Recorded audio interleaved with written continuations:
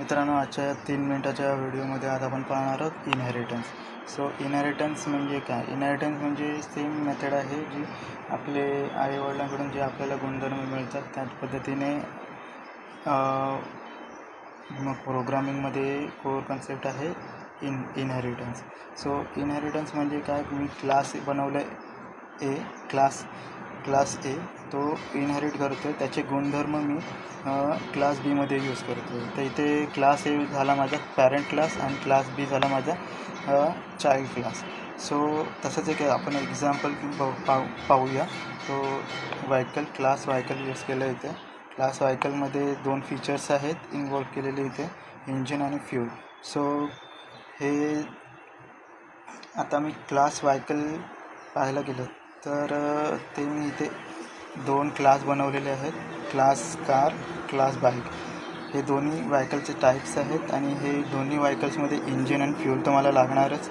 So मी जे method आहे engine आणि फ्यूल ते मग पुन्हा रिपीट न करता मी ते क्लास व्हायकललाच इनहेरिट करेन क्लास कार आणि क्लास बीमध्ये. यालाच इनहेरिटन्स असं म्हणतात.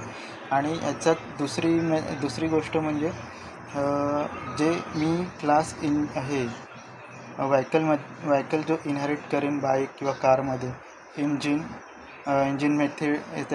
मेथड आहे, त्यात परत फ्यूल आहे. तर फ्यूल आता सपोज मी कारमध्ये डिझेल यूज करतो आणि बाईकमध्ये यूज करतो आहे मी पेट्रोल, तर ते मी मॉडिफाय करू शकतो इथे कोड त्याचं इनहेरिट केल्यानंतर. सो इथे इनहेरिटन्समध्ये टाईप्स आहेत, सिंगल इनहेरिटन्स, मल्टीलेवल इनहेरिटन्स आणि हायरार्चिकल इनहेरिटन्स. हायरार्चिकल इनहेरिटन्स तुम्ही पाहिला आहे, जो आता व्हायकल क्लास जो आहे तो क्लास कार क्लास बाईकमध्ये इनहेरिट केला आहे. तो एक वन ऑफ द एक्झाम्पल आहे. सिंगल इनहेरिटन्समध्ये तुम्ही सिंगल इनहेरिट करू शकता class A to class B, मल्टीलेवलमध्ये A to B, B to C. आणि एक नोट आहे इथे, मल्टिपल इनहेरिटन्स जो आहे तो पॉसिबल होऊ शकतो फक्त इंटरफेसेसच्या केसेसमध्ये.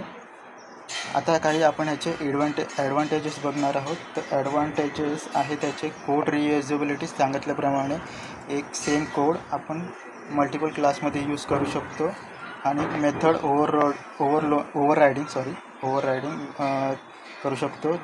जी मेथड आपण यूज करणार आहोत क्लास बीमध्ये किंवा दुसऱ्या कुठल्या क्लासमध्ये, तर तिला आपण मॉडिफाय करू शकतो. आणि कोड आपला वेल मेंटेन असतो, नीटनेटका असतो, त्यामुळे कोड दिसायला चांगला असतो आणि रिडेबल